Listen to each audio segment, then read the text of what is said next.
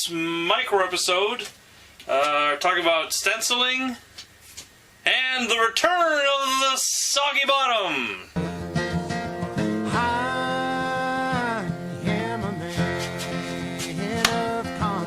Woo! Alright, enough of that music. Yeah, so we're going to talk about cutting stencils, how to trace them, how to do them, and then I'm going to go into fixing the bottom of the cab, which is a very common problem. First off, stencils, like I said, very easy. You're going to grab yourself some acetate. This is my method, by the way. Everybody has a different way.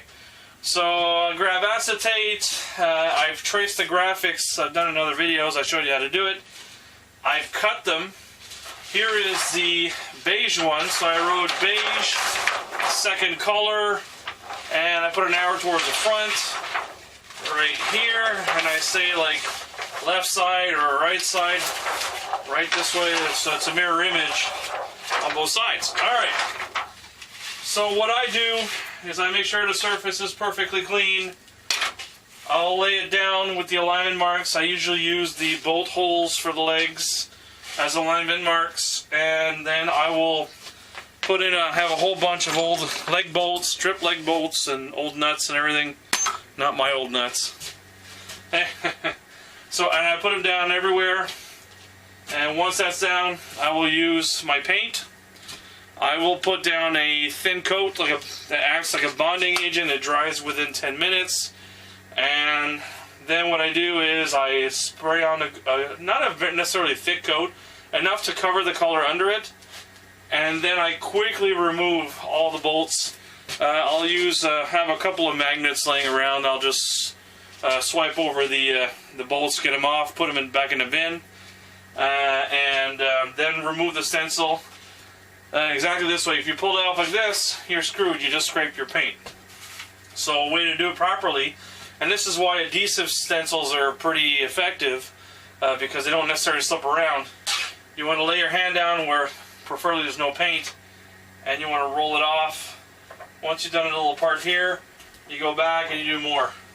You have to really make sure that your stencil does not move, and also is that your stencil is in there long enough for the paint to bleed under it. Now, paint bleed will happen whether you have an adhesive stencil or just an acetate stencil like the ones I use. You can then correct either by using paint pens or just repassing with the base coat with some tape. I usually do that. Makes it for a cleaner job. It's as simple as that, guys. So here I'll show you the effect. So I have this beige one. I'm going to grab the camera here. So I have the beige stencil here. As you can see, I sprayed. It's not a line here. So I'll align. Let's say I'll align the holes here. I'll align the holes in the back. Yeah, looks alright. See the corner there? Put a mark for the corner. And there, see? That's a line. I'm just a bit off here from the back. Here we go. See, there, mouth's aligned. And when I took it off, as you can see, the third color is already down. And when I took off the stencil, so I did the orange first, the beige second, and the black third. And also the beige stencil, the stripes I put them on with tape to get nice straight lines, as you can see in the front of the cab. It really looks good. Yeah. And then the whole cab here. So you got the face. I got a bit of red splatter. That was a bit hard to do. Get into details here. You can see it a bit here. The orange for the skin and the swoop around. I got a couple little corrections. I'll get to that. That'll take me a couple of minutes to fix. The face with the baseball cap, the shirt, everything, and then the swoop towards the back. A bit of overspray, kind of normal, and that's what you want too. This makes it more authentic. All right, now it's as simple as that, guys. I got the head here, by the way. A couple of corrections doing the black. I just laid it down not too long ago. And yeah, see, baseball's there, the bats with the handles, everything looks good.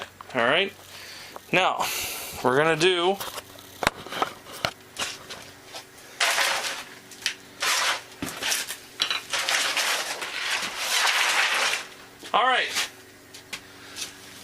Now we're going to repair the soggy bottom. Alright, I've done this on another video before, but I'm actually going to show you how to do it directly. On this machine, it wasn't too critical in the sense that it's very thick plywood that's under it.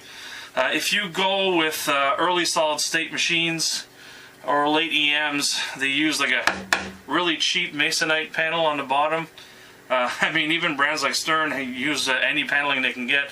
You would often buy a machine and you see it's a brick pattern paneling on the bottom. It's really funny for that. But here's the thing. Often the bottom would start to fall off for the simple reason is that when they used to build these cabinets, they would route the side panels on the inside to put a channel, then assemble the whole thing with the panel in place. Now I'm going to show you what I mean. I've already repaired some of it. Alright, so you see here, I've already put in a piece. What happens is that the edge of that plywood, I'll show you a part that's not fixed yet. This is what happens. The plywood gets old, and plywood is a bunch of thicknesses of wood that they glue together. The glue wears out, and eventually this chips off. And once it's chipped off a fair amount of the way, you basically lose the bottom panel. Like it'll come right off. So I'll show you what I use. Alright.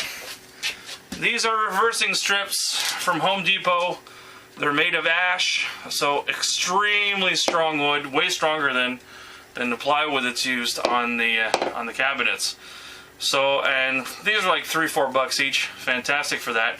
So what you want to do is cut the length that you need to cover whatever's off on the plywood. Actually, you might want to even consider taking an X-Acto knife and removing whatever plywood that's already starting to come loose. Because if it's not loose now, it's going to come on loose later. And for some that have panel damage on the bottom panels damage, this is the perfect opportunity, guys, to change your panel. Just get yourself a panel of masonite. You can route the vents or even leave it plain, to be honest. And the difference is some Bally's had a steel panel in the front where the coin box is. You're gonna have to drill the hole for the power switch. Other than that, it's actually not that bad to do. All right, so I've already removed the plywood part that's damaged. So I'm going to show you firsthand how to do this. Okie dokie. This ought to be good. Let's see if you see that correctly. That looks good. All right. So I'm going to add a strip over here to repair this area. I've already cut my length. I've already added one length here. It's up to here from the front. So I'm going to add it here. So we get our trusty wood glue. I've removed all the chips. There's nothing loose in there now. Put on some wood glue here. And put on some wood glue on the stick.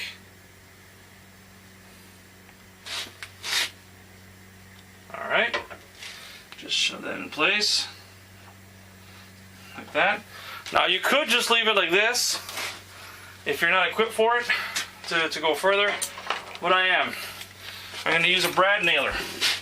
Right now I got it in 1-inch nails in there. You want to be careful, because if you go too much at an angle like this, and your nail's too long, you're going to bust through your finish. Ideally you want to do this at the beginning, before you start working on the cab. I'm very much used to it. I've done this like about 100 times before. So just a slight downward angle. Want to hold that in place. Slight downward angle. Boom. Put like 4 of them here. 2, 3, and 4. All right. Now, what we're going to do is we're going to let this dry overnight. And this, I swear to God, guys, this will never come off. Once this is dried down, you want to take a sander, like a belt sander, that's with an 80 grit belt on it, or even a palm sander. It's a bit long that way. But you want to take a belt sander and sand this so that the ash is flush with the old wood. Just makes for a cleaner finish that way. And guys, after that, if you want to go the extra mile, you can put in some plastic wood or even Bondo and fill in whatever cracks you have between the original wood and the new one. And yeah, so I mean, doing this, your cabinet bottom will last a hell of a long time, and it's never going to come off after that. Alright, so we've talked stencils, we've talked about fixing soggy ass bottoms, maybe just a couple of minutes on paint technique. If I can give a piece of advice, don't rush it. Take your time. If you put on a coat of paint and you're not 100% confident that it'll do a good job, or that it's not 100% dry, wait 24 hours. And if you're still not sure, wait another 24 hours. There are different types of paint that take longer time or shorter time to dry. If you're going to use a spray paint to do cabinets, I know there's Painter's Touch. That dries relatively quickly. Very good to work with. That's my go-to paint if I want to do a nice, easy, quick job. In fact, it does a very high-quality job, to be honest with you. It's a hassle going with a paint gun, but you know, they work well. Universal, the ones with the plastic top, handle type of gun on the top of the can. Great for base coats, lousy for accent colors. It just tends to run a lot. So if for a base coat you want the paint to run, because it's going to kind of flatten out and cover whatever that needs to be covered. But for accent colors you want it to pretty much stay put, and that's it. You want a quick dry paint. Trim clad, I tend to stay away from it. It's a good solid paint in the sense that the longer a paint takes to dry, the more solid and tough the finish will be. But let's not kid ourselves. For the most part, these machines are going in private collections. And even so, most of the paint that they used at the time in the 60s, 70s, and 80s was just like run-of-the-mill paint they would grab. There was no harmony in products or even in colors. Like you would buy different machines, the same model, and there'd be differences. You know, the manufacturers only cared about getting these machines out and getting them out quick so they go and make money and they can sell and all that. So if you want to put in a lot of emphasis on details like the color, just keep in mind that there's a good chance that, you know, it'll never match the original. They might have used 2-3 different tints of paint throughout the production. So yeah, that's it, guys, for this episode. I said I'd talk about metal polish, but I really wanted to get into fixing the bottom of the cabinet. Yeah, and so the next episode we're going to start talking assembly. Ideally, taking a lot of pictures before you disassemble, and polishing metal, what I use, what I do, what you can do if you're confident enough about it, and it makes for a nice finish. I know I talked about doing that in this episode, but you know, I want to. A lot of people have asked me how to fix the bottom of the cabinet, and it's as simple as that. You can glue it on the wear strips, nail them, optional, but if you glue it down, it'll be good for a long time. Alright, and also use good wood glue, by the way. I use carpenter's glue. Don't use white glue. Use carpenter's glue. Alright, so any questions, comments, you want to tell me to go myself? Hey, Sparky at maca.org. Or reach me on Maca, MAACA.org. So it's Sparky at MAACA.org. Do I have to say it another time? Oh, okay. I'm due for my beer, sorry, my meds. Alright, so assembly, what do I have left on this cab? Yeah, I should talk about that. So we have assembly, we have metal polish, put the relay panel back in, put the playfield back in. Also there is that plexiglass panel that goes for the home run shot on top of the playfield. I am going to be reproducing that. That's going to be a bit difficult because there's an opening in it. I'm going to use Lexan instead of original PETG, which is okay, but it was all cracked and everything. You know, it's this 50-year-old game. So stay tuned, and hope you enjoy the videos. I know Greg does. Greg's been harassing me to keep doing these videos. Also, stay tuned for upcoming videos. I'm working on instructional videos on how to buy a pinball machine, depending on the brand, what you're looking for, what to look for in a machine, like that'll potentially add costs, repair costs to you when buying it, and keeping an eye out for certain things. All right. If you have any suggestions for a video, email me. Stupid questions, I love them. You know, how to adjust this, how to fix that. I can do a quick video for you. I also have a video on how flippers work. A lot of people will say, well, I'll show you. All right. Thanks for watching the videos, guys. I really enjoy the feedback, and keep it coming. I'll catch you guys later.